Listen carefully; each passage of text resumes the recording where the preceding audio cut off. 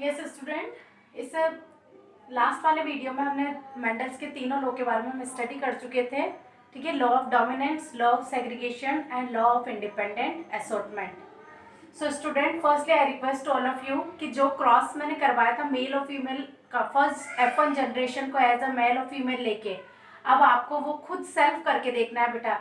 And then if you have any problem then I will be always here to sort out your problem.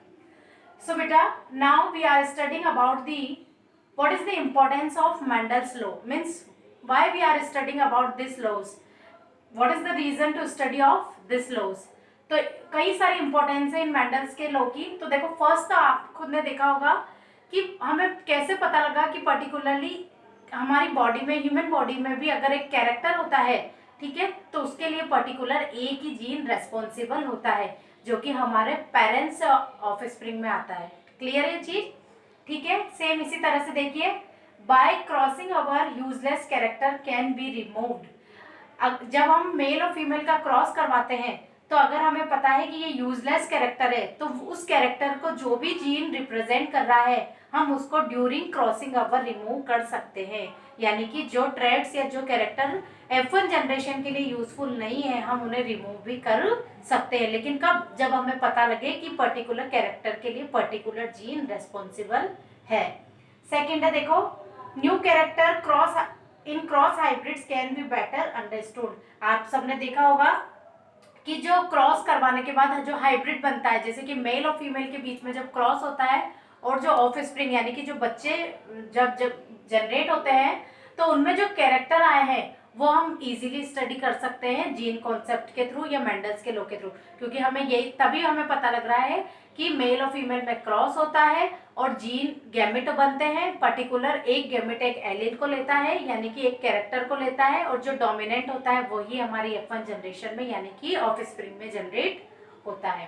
Third है, अगर हम plants की बात करें बेटा तो disease disinfectant and improve variety of plant can be develop. अगर हम चाहें, हमें प्लांट की इम्प्रूव वैरायटी चाहिए या फिर वो डिजीज से डिसइंफेक्टेड हो, तो हम उसी तरह के कैरेक्टर का आपस में क्रॉस करवा के प्लांट्स की कई इम्प्रूव वैरायटी को ऑब्टेन कर सकते हैं।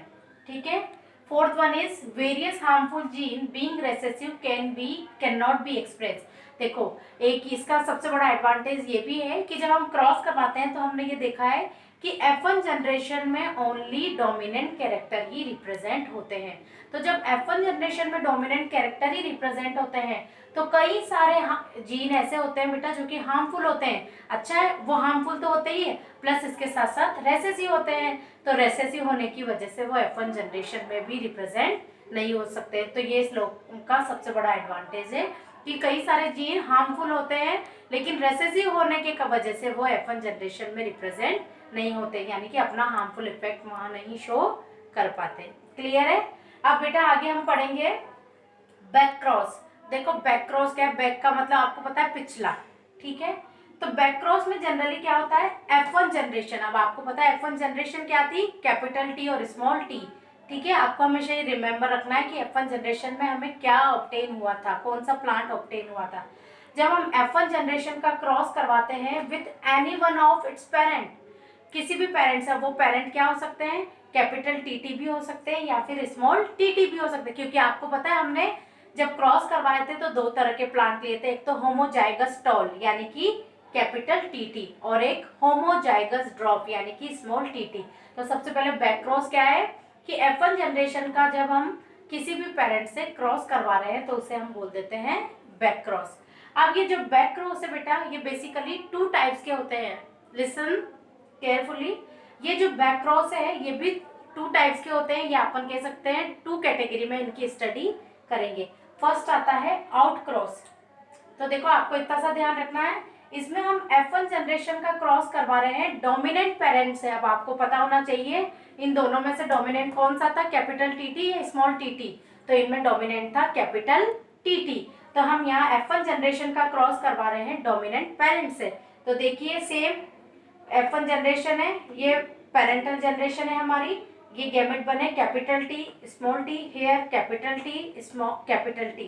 क्रॉस आपको याद है हमेशा इसको पकड़ के दोनों से करवा देना है, फिर इसको पकड़ के दोनों से करवाना है। तो देखो इस कैपिटल टी को जब इन दोनों टी टी से करवाया तो कैपिटल टी टी और कैपिटल टी टी मिला। अब इस स्मॉल टी को जब दोनों से करवाया तो क्या मिला, capital T small T capital T small T. लेकिन आप देखो यहाँ तो क्या है, कैपिटल टी टी, यानी ये तो प्योर है, यानी कि हम प्योर होमोजाइगस टॉल प्लांट है। लेकिन क्या ये प्योर है क्या, नहीं, क्योंकि ये इम्प्योर है। क्यों, क्योंकि यहाँ कैपिटल टी भी है और स्मॉल टी भी है। लेकिन अपना इफेक्ट कौन शो करेगा बेटा, जो डोमिनेंट है, और यहाँ डोमिनेंट कौन है, कैपिटल टी। तो यानी कि यहाँ स्मॉल टी भी है स्मॉल टी भी है, लेकिन ये दोनों भी क्या है, कि क्या माने जाएंगे, हेट्रोजाइगस टॉल प्लांट। अब आप बात करते हैं बेटा अपन इनकी फिनोटिपिक रेशो की। फिनोटिपिक यानी कि बाहर से कैसे नजर आ रहे हैं, तो हम देखेंगे, देखो इन सब में कैपिटल टी टी है, सब अपना अपना, सब में डोमिनेंट कैपिटल टी है। तो हम देखेंगे फिनोटिपिक कैरेक्टर की अगर हम बात करते हैं तो हमें यहाँ 100% टॉल प्लांट मिलेंगे सारे के सारे, ठीक है। लेकिन अगर हम जीनोटिपिक रेशो देखें तो क्या जीनोटिपिक रेशो भी यही है क्या, तो no, genotypic ratio is different from the phenotypic ratio. क्यों, जीनोटिपिक में देखिए ये वाले अगर अपन बात कर रहे हैं तो 50% तो हमें प्योर होमोजाइगस टॉल प्लांट मिले। होमोजाइगस में क्यों कह रहे हैं, क्योंकि ये दोनों क्या है, सेम सेम है। और कैपिटल टी किसको बताता है, टॉलनेस को। तो ये हो गए 50% प्योर होमोजाइगस टॉल प्लांट। और ये क्या आएंगे, ये भी टॉल, यहाँ भी टॉलनेस ही अकर होगी, लेकिन क्या ये प्योर है क्या, नहीं है। और ये होमोजाइगस है क्या, नहीं है। तो ये हो जाएंगे 50% हेट्रोजाइगस टॉल प्लांट। अब बात करते हैं बेटा हम बैक क्रॉस का, सेकंड टेस्ट क्रॉस। तो देखो टेस्ट क्रॉस में हम क्या कर रहे हैं, यहाँ पे F1 जनरेशन का क्रॉस करवाया था हमने डोमिनेंट पेरेंट से, और वहां करवा देंगे रेसेसिव पेरेंट से। तो देखो F1 जनरेशन का रेसेसिव पेरेंट से क्रॉस करवा रहे हैं।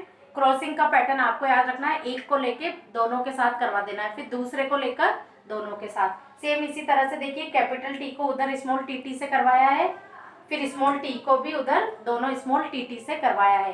तो हम क्या ऑब्टेन कर रहे हैं, अपन इसमें देखेंगे बेटा, we will obtain same phenotypic and genotypic ratio. यहाँ हमें सेम फिनोटिपिक और जीनोटिपिक रेशो मिल रहा है। क्यों, क्योंकि देखिए बेटा स्टार्टिंग वाले जो दोनों हैं वो 50% टॉल हेट्रोजाइगस है। चाहे हम बाहर से देखें या जेनेटिक लेवल पे जाके देखें तो भी वो 50% टॉल हेट्रोजाइगस टॉल प्लांट है।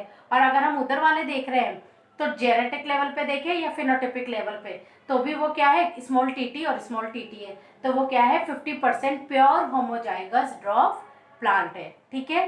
तो ये भी आप लोगों से पूछा जा सकता है बेटा कि what is out cross and what is test cross, ठीक है। तो बेसिकली बैक क्रॉस के अंदर अपन इनकी स्टडी करते हैं, ठीक है। Today your chapter is complete here. If you have any problem बेटा तो you can ask me anytime. Okay, thank you.